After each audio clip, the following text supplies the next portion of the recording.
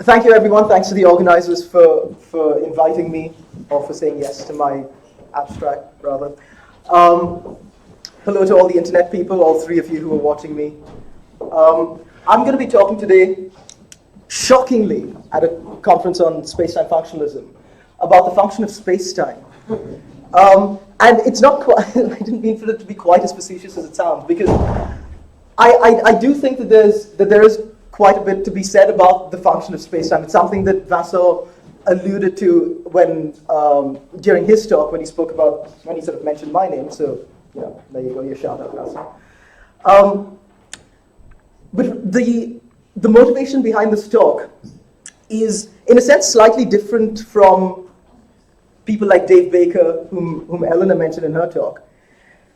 I'm also looking at sort of the limitations, or at least the purported limitations of an Eleanor-style inertial frame functionalism.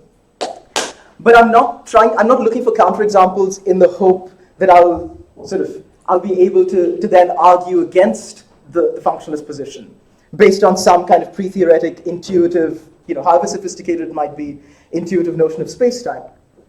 Instead, I'm interested in what makes spacetime functionalism good and useful. So I'm sort of antecedently committed to it being good and useful. And I want to know why it's good and useful. And I worry that what I'm about to say might come off as trivial. I hope at worst that's what happens.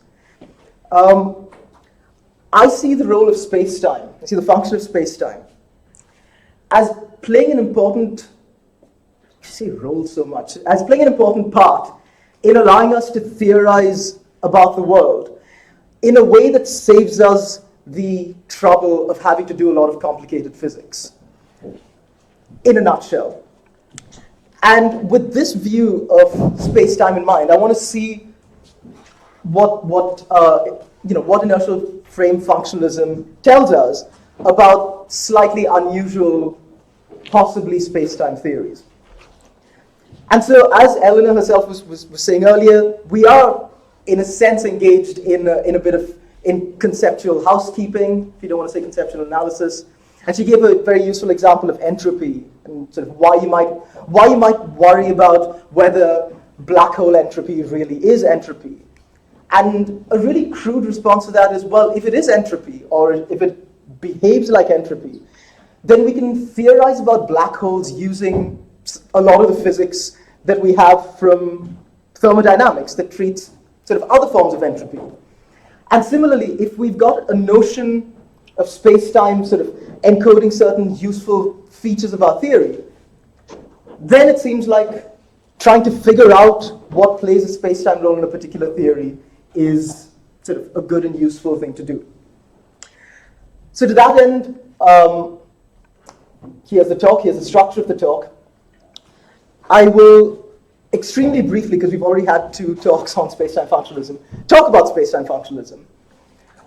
And then I'm going to present 2 slightly non-standard examples of dynamical theories and see what spacetime functionalism has to say about the kinds of things that we can say about the world if those theories sort of happen to be true. So, in the back of my mind through all of this talk is really a conception of spacetime, or a conception of the utility of spacetime that was referred to by Vincent in his talk. I want to know in virtue of what the spacetime concept is useful, and that sort of splits into 2 parts. What is the spacetime role, such that identifying this role makes identifying spacetime useful? And secondly, how does it play that role? And having identified this, can we then sort of use this to learn things about other theories? Can we suitably, apply a suitably generalized version to other theories, and then see if this concept is still useful?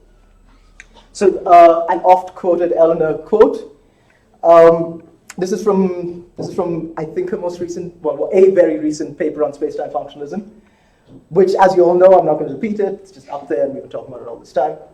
But I think there's a very interesting line that's sort of buried in there a few pages later, which actually speaks to what I take Eleanor's motivation behind spacetime functionalism to be. And I'll read out the quote. She says, "It's the fact that G mu nu, the metric tensor of general relativity, defines inertial structure that means that it represents geometry. This fact is not determined by the mathematical form of G mu nu." And I take that to be an expression or an acknowledgement of the kind of thing that Harvey Brown has been talking about sort of for many years. It's a thing that Jeremy Butterfield refers to as Brown's moral, which I think is a nice way of putting it, which is, you can look at your theory, and you can find that you have certain mathematical objects in that theory. You can believe that those mathematical objects have some kind of representational relation with things out there in the world. But it's not merely in virtue of being a particular kind of mathematical object that that object will play all the roles that such an object can play, right? So for Eleanor, it's not the fact that G mu nu is a metric that makes it the metric that's surveyed by Matterfield. It's the fact that G mu nu defines inertial structure in the way that she went into, in the way that she spoke about in some detail in her talk, which I'm not going to repeat. And again, I make reference to the Dave Baker paper that Eleanor spoke about. Dave Baker's coming at this from a slightly different perspective. Dave is sort of from the East Coast of America and, studied on the East Coast of America and brings along with him a certain East Coast metaphysician flair. And one of the things that he's really interested in is fundamentality. This is what Eleanor mentioned. And so with that in mind, he says, look, inertial frame functionalism can't be the whole story, at least not if the goal is an analysis or explication of our space-time concept. And I think it's a deliberate wording. I assume it's a deliberate wording. And I want to focus on the word our. Because the question is, whose space-time concept? In Baker's case, it's obviously Baker's space-time concept, which he takes to be a cluster concept, which is multiple criteria of application. None of them individually is necessary, but a bunch of them together might be sufficient. And I think that's fine if you're sort of particularly liberal about the role that you think space-time plays in your theory. If you think space-time is the kind of thing that sort of ought to ground talk of causality or determinism or modality, geometric possibility, whatever you want. And so, these are all the sorts of things that Dave mentions in his paper. And I want to be a bit more restrictive, because I think there is a very important role that space-time plays in our theories. And there are several very important roles that space-time plays in our theories, and I think it's important to have distinct names for all of those roles that space-time plays. So my version of this cluster concept idea is to think of three types of space-time, three roles that space-time might play, three things that looking for space-time structure might elucidate for us. The first is what I call theoretical space-time. And that's just the space, if you're thinking field theoretically, it's the space of independent variables of your field theory. It's sort of the structure that goes along with the space of independent variables of your theory. So it's a space whose geometric symmetries are the same as the dynamical symmetries of matter fields.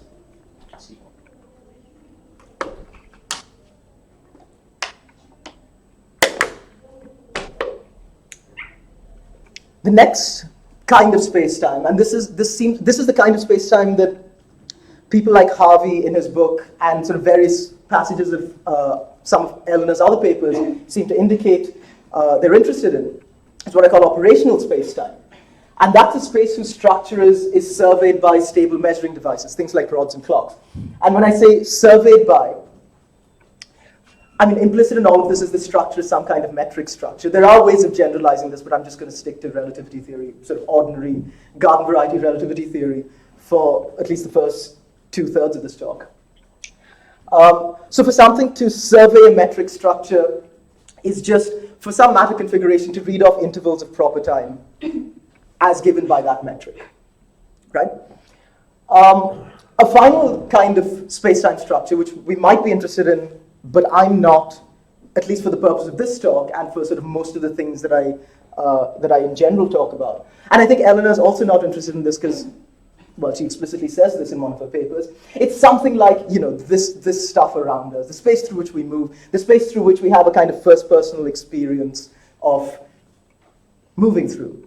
And that seems like a much larger scale project. It's extremely interesting, but it's not one that I'm qualified to engage in. It involves sort of philosophy of mind and neuroscience and various things.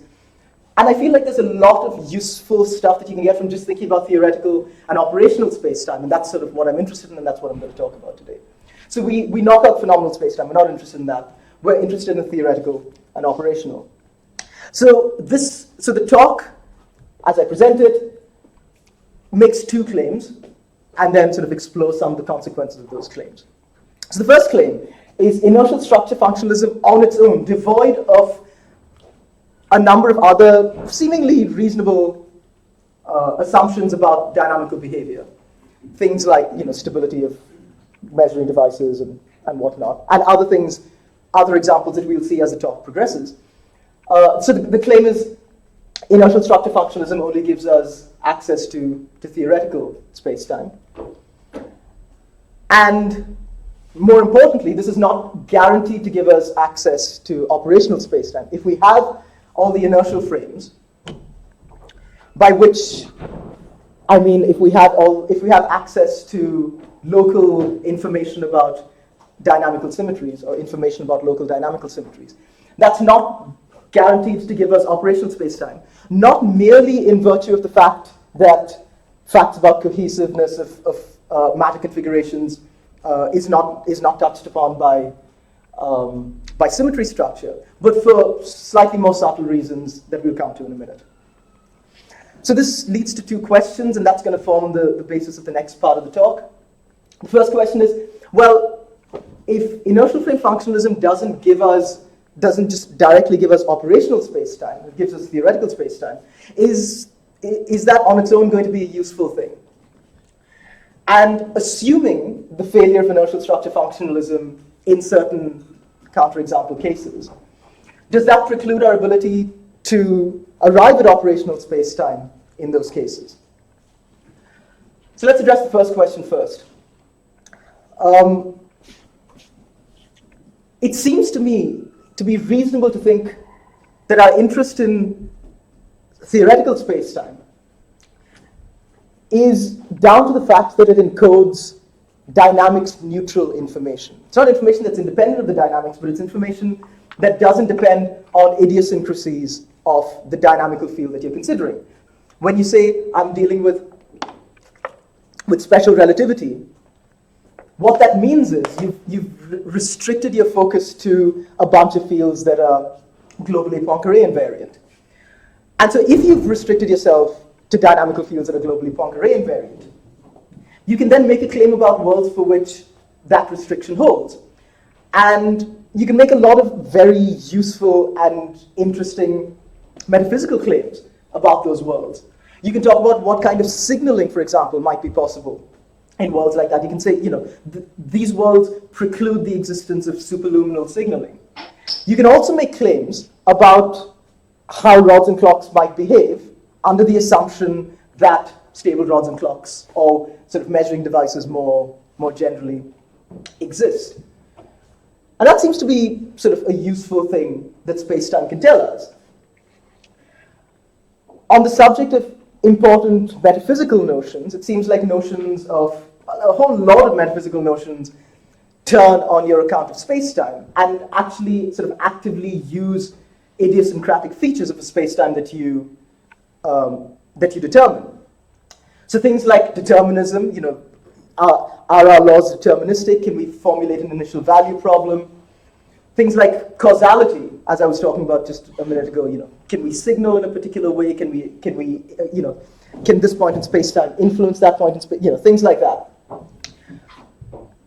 You can know whether or not the metaphysical claims that you make about those sorts of things are true, merely in virtue of knowing what the theoretical spacetime structure is. So that seems like a useful thing, and that seems like a good reason to be interested in spacetime.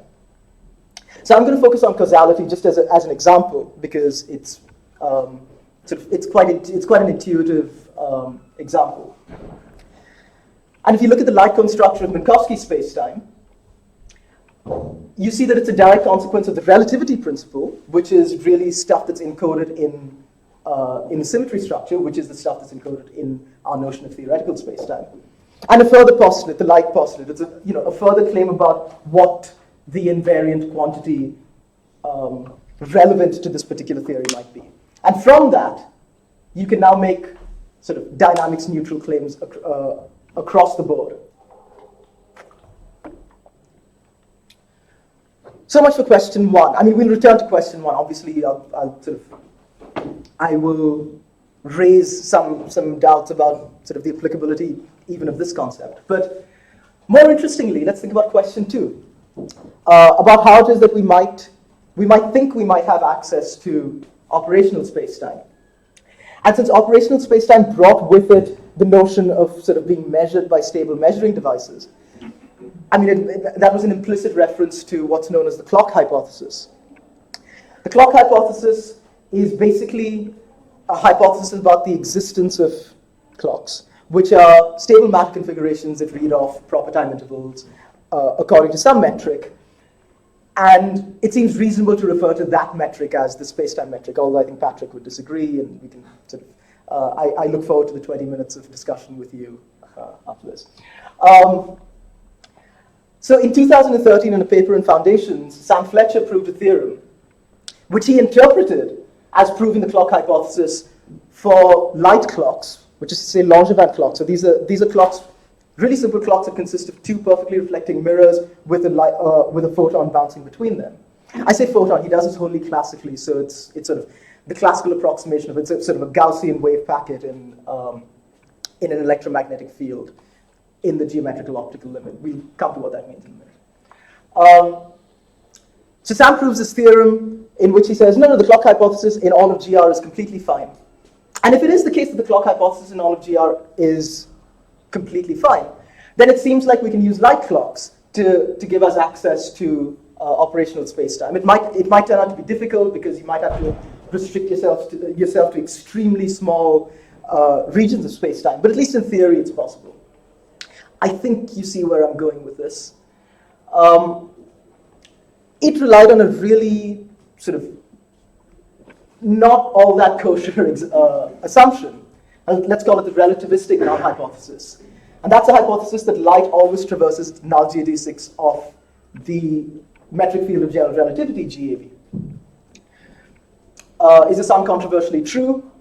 No. Why is this uncontroversially true? Because of the existence of a particular class of solutions to the Einstein field equations. If you want to talk about how light rays behave, if you're interested in talking about optical information to do with light, technically this is not possible using pure Maxwell theory, because pure Maxwell theory is a theory about fields. But there's an easy way to get around that. You just take an appropriate limit. So if you write down Maxwell's equations, you can derive a wave equation from Maxwell's equations. And in curved space-time, they take this form. You notice there's a curvature term in there, which is sort of important, but I'm not going to focus on very much in this talk. And so light rays correspond to the geometrical optical limit of solutions to this equation. What is the geometrical optical limit? Well, you have this equation. You consider some solution to that to the equation. It could be some, it doesn't need to be a particularly easy solution to interpret as Gaussian wave packets or whatever. But what you can do is consider sort of moving along a particular spectrum. You consider moving along a particular parameter that governs the wavelength associated with the solution. And in the limit in which that wavelength is very, very small compared to the scale over which you consider curvature variations, and the scale over which you consider variations in the amplitude of the wave, then you can prove, for a certain class of spacetimes, you can prove that in the geometrical optical limit, light rays do in fact traverse null GD6 of the metric. And so taking the geometrical optical limit of classical fields is a very, very common and intuitive and simple and powerful way of ascribing trajectories to parts of classical fields. Classical fields on their own have no trajectories. But if you're able, the sorts of things that have trajectories are things like Gaussian wave packets or sort of particular limits of wave solutions. But this procedure doesn't work in a particular class of rotating solutions to the Einstein field equations, specifically in Gödelian spacetime. There are a couple more examples, but this is the one that I'm going to concentrate on. Basically, what happens is the geometrical optical limit is not a mathematically sensible limit to take in Gödelian spacetime. Another way of thinking about this point is to say, if you've got a solution to Maxwell's equations in Gödel spacetime, and you try to do the approximations that take you to the geometrical optical limit, they knock you out of the space of solutions. So it's conceivable that the correct interpretation of this is that light rays do not traverse null geodesics in Gödel spacetime. Incidentally, the stuff that I'm talking about now is based on joint work with James Reed and Niels Linnemann. I should flag that. So as a result of this, so what are the lessons that we can learn from this Gödel spacetime example? Well, one thing is we can't simply assume that matter or light will, in the geometrical optical limit, traverse the relevant geodesic. But of course, Maxwell's equations in Gödel spacetime still have the same local symmetries as Maxwell's equations anywhere else. And in fact, they do coincide with the local symmetries of the metric field. So it's pretty clear that symmetry information on its own is not sufficient to encode the behavior of light. And this has nothing to do with cohesive forces or stability of matter or anything. But you might say, okay, well, so the geometrical optical limit isn't the right way to retrodict the geodesics of a particular metric in Gödelian spacetime. But why not try some other limit? And that's a perfectly reasonable thing to say. But I think the lesson from Gödel spacetime is you should ask that question. So this sort of gives us an interesting perspective on the role of the metric in GR. And based on this perspective, we can now return to question 1 about theoretical spacetime and see how our new considerations sort of revise what we think of as sensible answers to this question. So this is exactly what I had on the previous slide. Now, in light of what we know from Gödel spacetimes, is this still true? Well, broadly, if we have a dynamical mechanism, if we have a story of a dynamical mechanism that accounts for how matter surveys the metric, then we sort of just assume that that's there, and then all we need to worry about is theoretical spacetime, because that combined with this will give us operational spacetime. And that's what's happening in, for example, Minkowski spacetime or in Schwarzschild spacetime. Sort of well-behaved, highly symmetric spacetimes sort of give you a really, really easy connection between theoretical and operational spacetime, a connection that's so simple that you might sort of miss it. So for example, in Minkowski spacetime, you don't worry about the geometrical optical limit, because if you take any plane wave solutions of sort of any wavelength, they're not going to vary, the wavelengths are not going to vary over length scales where the curvature varies, because the curvature doesn't vary. So to whatever level of accuracy that you're interested in representing the vector fields that correspond to the trajectories of light rays, you'll always be able to do that unproblematically in Minkowski spacetime. So now, what does this say about notions of determinism and causality? Well, it sort of depends on what specific notion you're looking at. I'm not so committed to this being, to what I say, to my commentary over here being true, but I still think it's sort of broadly true for the same cases as above for broadly similar reasons, except for the notion of causality. I think the notion of causality is interesting, and this leads us to having to consider the dynamical and the geometrical approaches to relativity, to physical geometry. On the dynamical approach, this is Harvey, Brown, and Oliver Pooley's. This is the approach that sort of a lot of us in this room have been sort of arguing for or against over the last for the last little while. On the dynamical approach,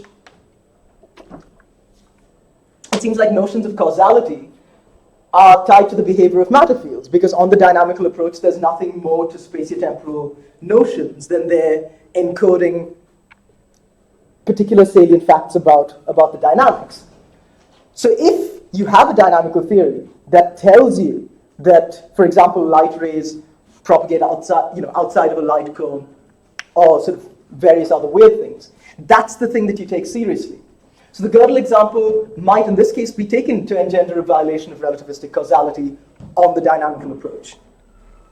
The geometrical approach, on the other hand, which is according to which the metric field, sort of, for whatever reason, I don't want to say essentially because I think that brings in sort of unnecessarily hyper-intentional notions, but let's say necessarily, practically, for all practical purposes, plays the space-time role. On that geometrical approach, you might dig in your heels and say, no, notions of causality are still tied to characteristic features of the metric field.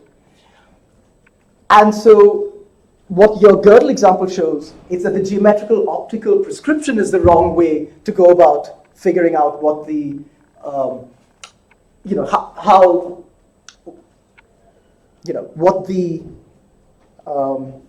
what the metric is trying to tell us.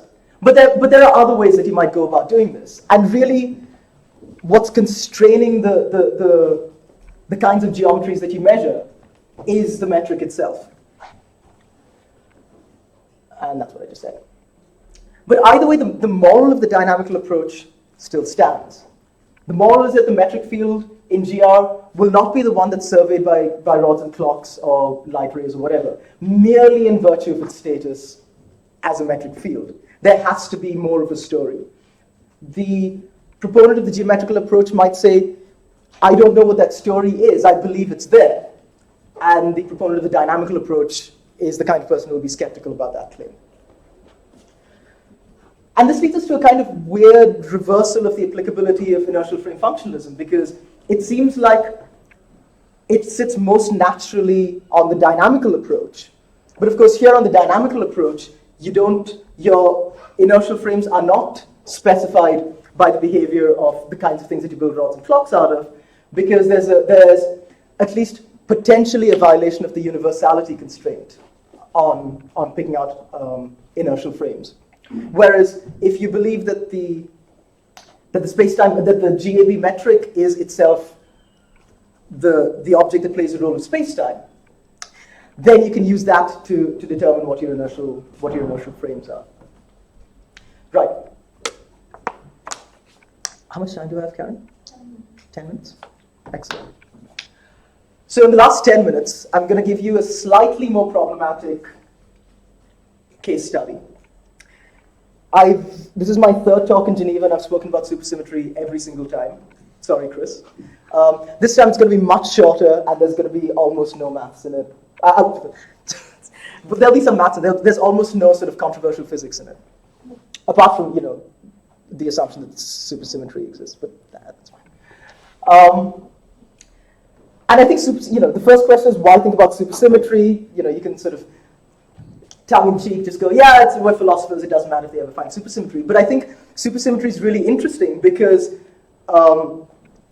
it allows us to embrace what Brian Pitts calls modal cosmopolitanism, a particularly useful way for philosophers to think about the world, which is, let's stop imagining that all of the possible space-time theories that might be interesting are in sort of significant respects like the ones that we already have. Let's sort of move outside our bubble a bit. I think superspace and supersymmetry is just a good sort of testing ground for some of the sorts of claims that we make about space-time. And in particular, in this case, I want to see what supersymmetry and superspace have to say about theoretical space-time. Really quickly, supersymmetry is a quantum field theoretic symmetry between bosons and fermions. Insofar as it's a symmetry, it preserves the form of the dynamical laws.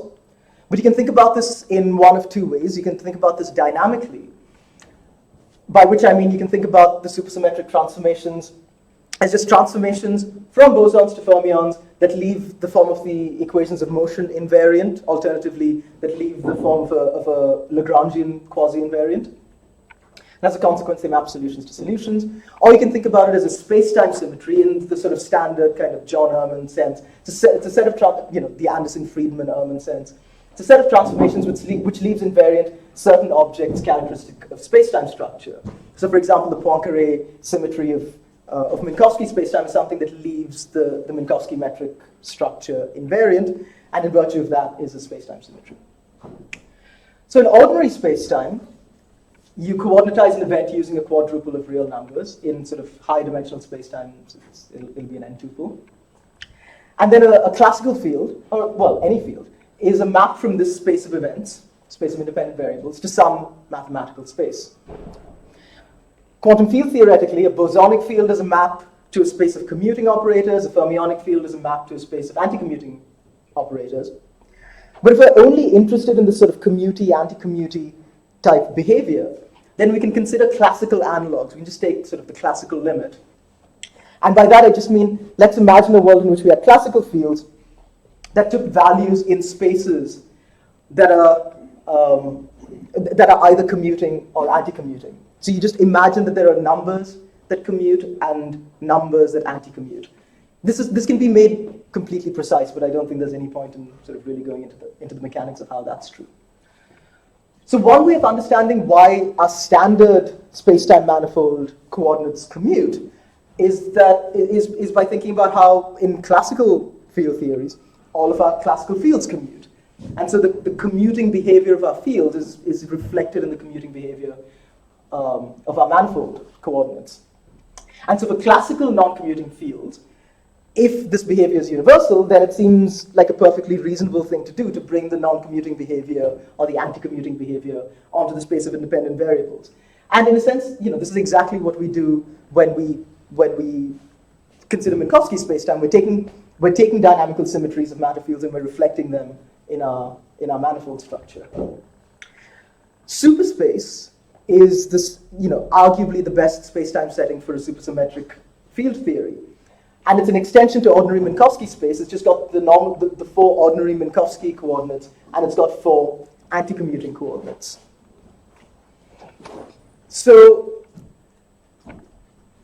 over here, we found ourselves in a scenario where the same sorts of moves that we make in GR, where we link sort of dynamical and spacetime symmetries, perhaps as a consequence of being inertial frame functionalists or whatever, is a sort of move that's available to us in spacetime as well. In superspace as well. And so now we could ask the question: do notions of causality, because that was the thing that I concentrated on earlier, do notions of causality are notions of causality tracked by our identification of theoretical spacetime structure? And perhaps surprisingly, we find that the answer is no. For the reason that the extra dimensions of superspace are not straightforwardly spatial in the way that the non-temporal dimensions of spacetime are spatial.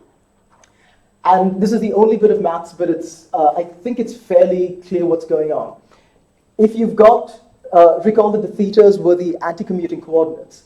If you want to sort of impose what's known as a super translation, so a translation both of the anti-commuting coordinates as well as the commuting coordinates, you find that no amount of moving around through the ordinary commuting coordinates, through the x's, is going to affect this. Brilliant. So no amount of moving around through the x's, no amount of generating translations using the momentum generator is going to move you around the anti-commuting coordinates. But a super translation, which does move you through anti-commuting coordinates, also non-trivially moves you through the ordinary spatiotemporal coordinates. What this means is that the presence of these anti-commuting terms means that space and time are no longer orthogonal, quote-unquote orthogonal, in the way that they are in Minkowski spacetime.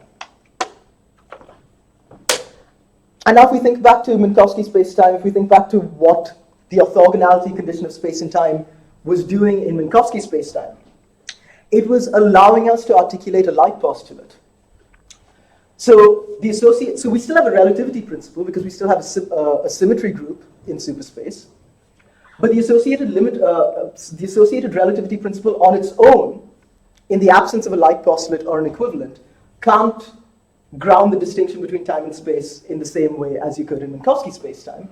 And that's because, insofar as we imagine light in superspace will be governed by some kind of supersymmetric extension to Maxwell dynamics, we can show that super Maxwell dynamics does not have the equivalent of a light postulate. The light postulate, incidentally, just the claim that the two-way speed of light in a vacuum is invariant. I should have mentioned that when I mentioned it earlier. Anyway. And so now we find ourselves in a position where we've done all the things that the inertial frame functionalist would do to get theoretical spacetime. And we've arrived at something that's a theoretical spacetime.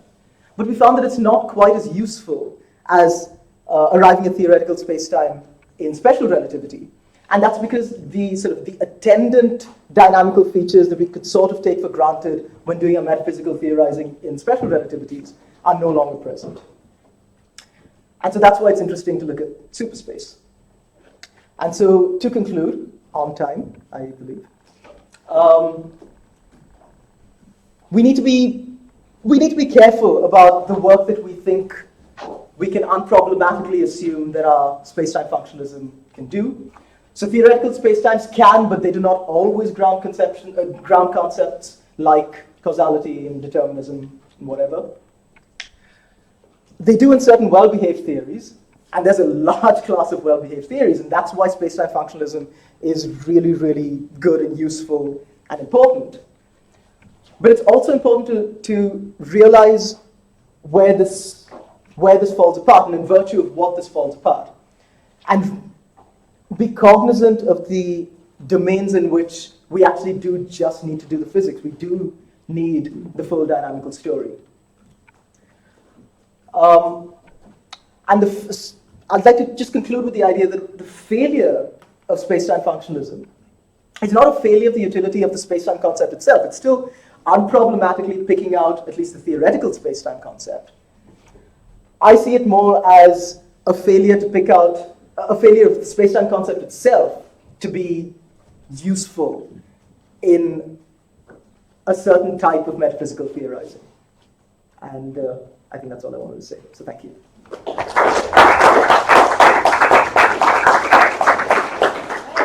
Tushar. Questions? James? Are you saying that inertial structure spacetime functionalism gives us access only to theoretical spacetime and that doesn't seem too strong? It kind of depends on whether you go dynamical or geometrical.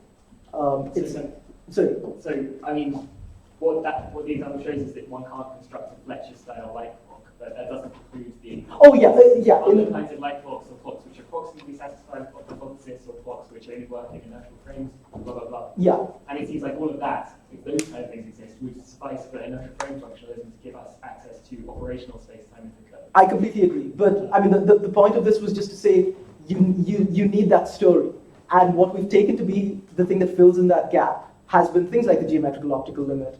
And really, this is just a counterexample to, so first of all, the idea is, things like light clocks are often taken to be sort of ideal clocks, at least theoretically speaking, and sort of really simple, and so therefore allow us to theorize kind of unproblematically. So we've got this unproblematic notion of a light clock, we've got this unproblematic notion of the geometrical optical limit.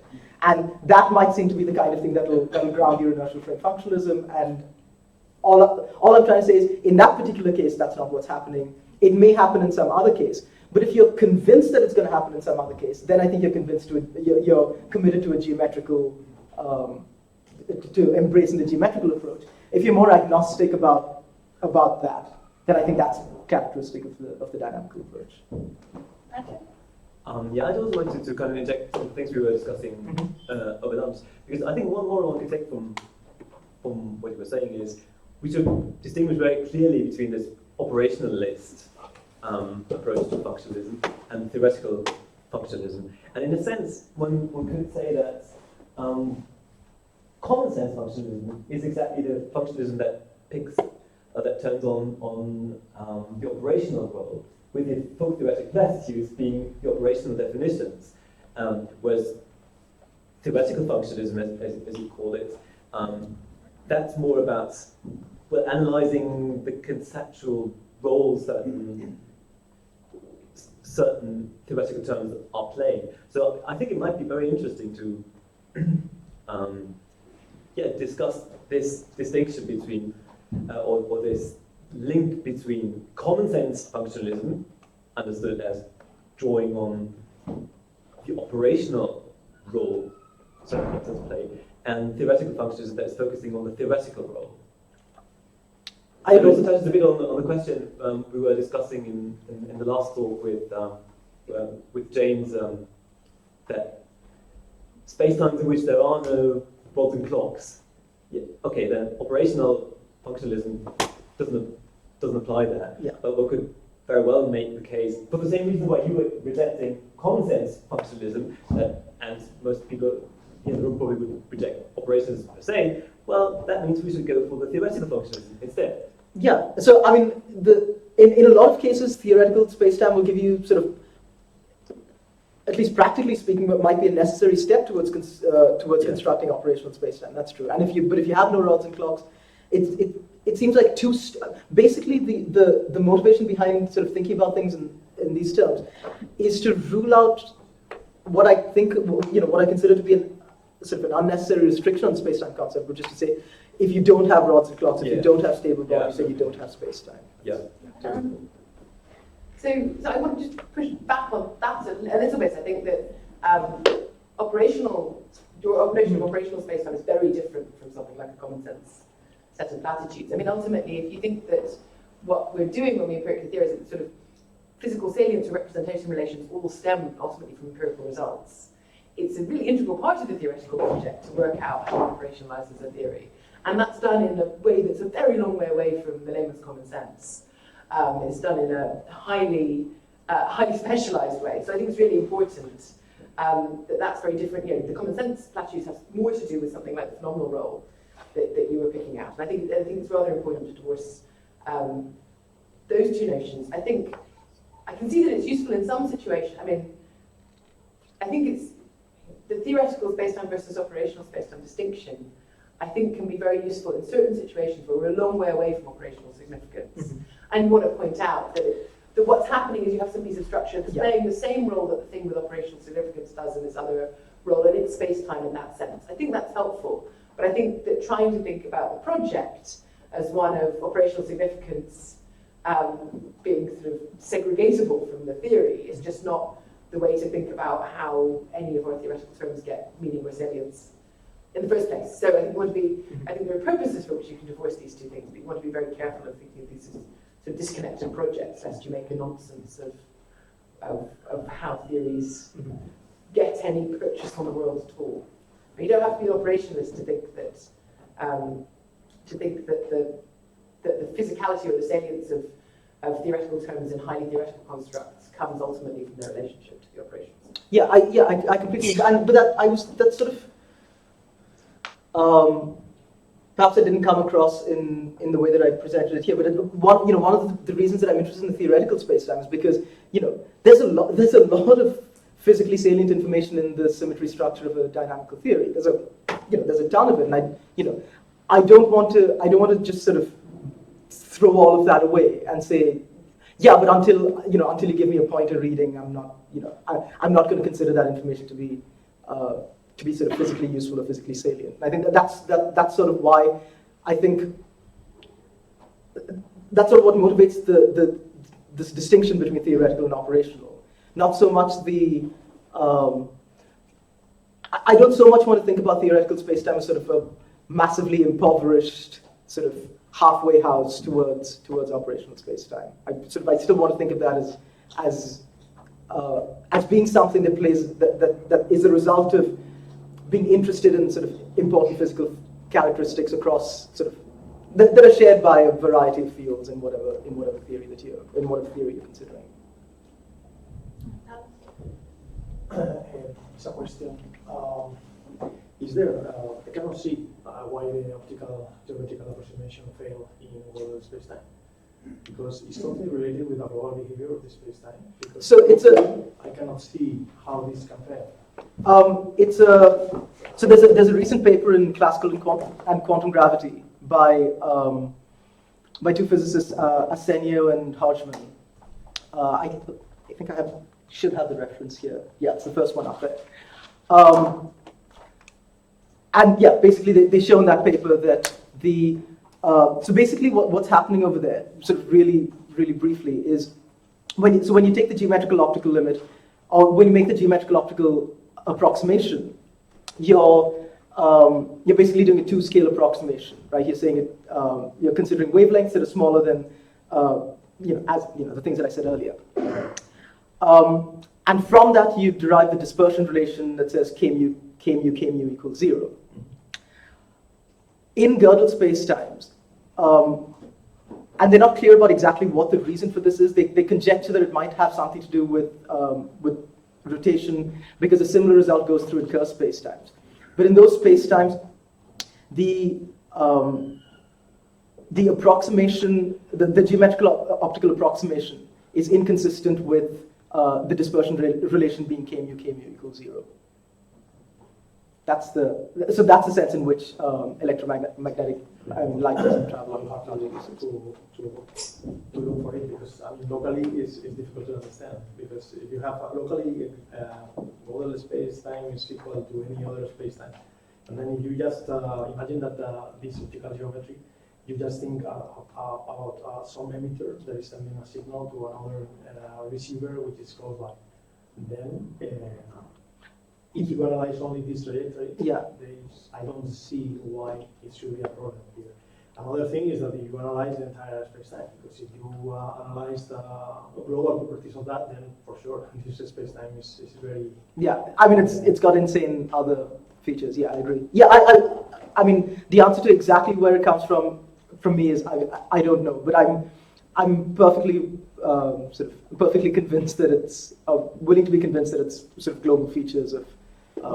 It's only because it is very important. Because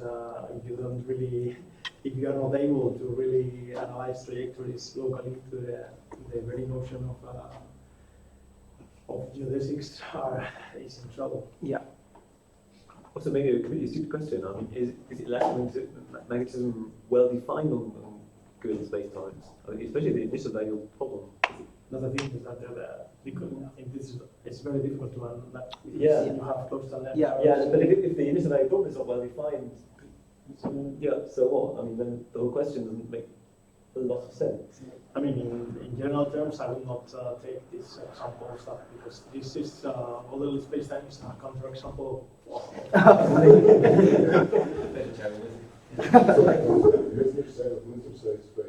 yeah.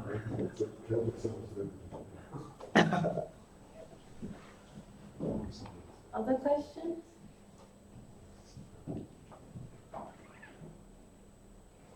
Maybe it's worth mentioning that they also look at Kerr spacetimes in that paper. Yeah, Did you say that? I did, yeah. Oh, sorry. But I sort of slipped it in.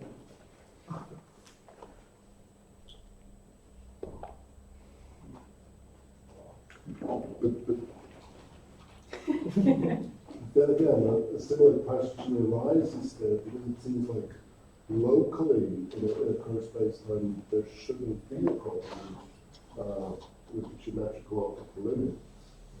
So what is it exactly that?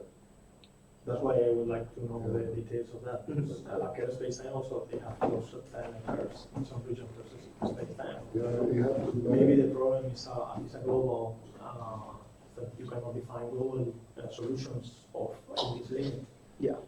But this is a different thing. If this is the case, I would say that this is meaning that there is a failure of the geometrical approximation. Yeah, if you in Kerr-Newman spacetimes, of course, if you have a maximal analytic continuation into the that areas, then of course, then it becomes like other spacetimes like that, and a counterexample to many things as well. But it seems if you just look at least the asymptotic region or that outside of the event horizon, there shouldn't be a problem, I think. And then it becomes a funny question. I mean, Gödel spacetime is special in the sense that the region of chronology or causality violating possibilities of CTCs is global. It's the whole spacetime, but that's not the case for the Kerr-Newman spacetimes. So how could it then be that somehow the presence of that strangely behaving region can somehow nevertheless screw up the geometrical optical limit outside in the apparently well-behaved, causally well-behaved area? Yeah. On the base of the Kerr-Newman, this theorem is supposed to break down only certain regions. I don't know, I haven't read the paper, but I think you have to make a certain wave ansatz for which they show that the complexity of the there's spectrum. certain what sort Certain wave ansatz for which they show that the geometrical optical limit fails. But this doesn't mean that necessarily all kind of waves exist in space-time don't have a well-defined. Yeah, it's an ansatz about a specific solution because it's basically intended to be a counterexample, and so it's a particularly simple, well-behaved sort of plane. It's basically a plane wave ansatz that they make, and then they show that if you were to take the geometrical optical limit of that, then the condition that the two length scale approximation holds, and the condition that the dispersion relation is k mu equals 0 are inconsistent. So this intuition, if I may, Sure, yeah. is an interesting input because it puts into question whether this ansatz is really all what one should be interested in. Yeah, that's it. I agree. Any more comments?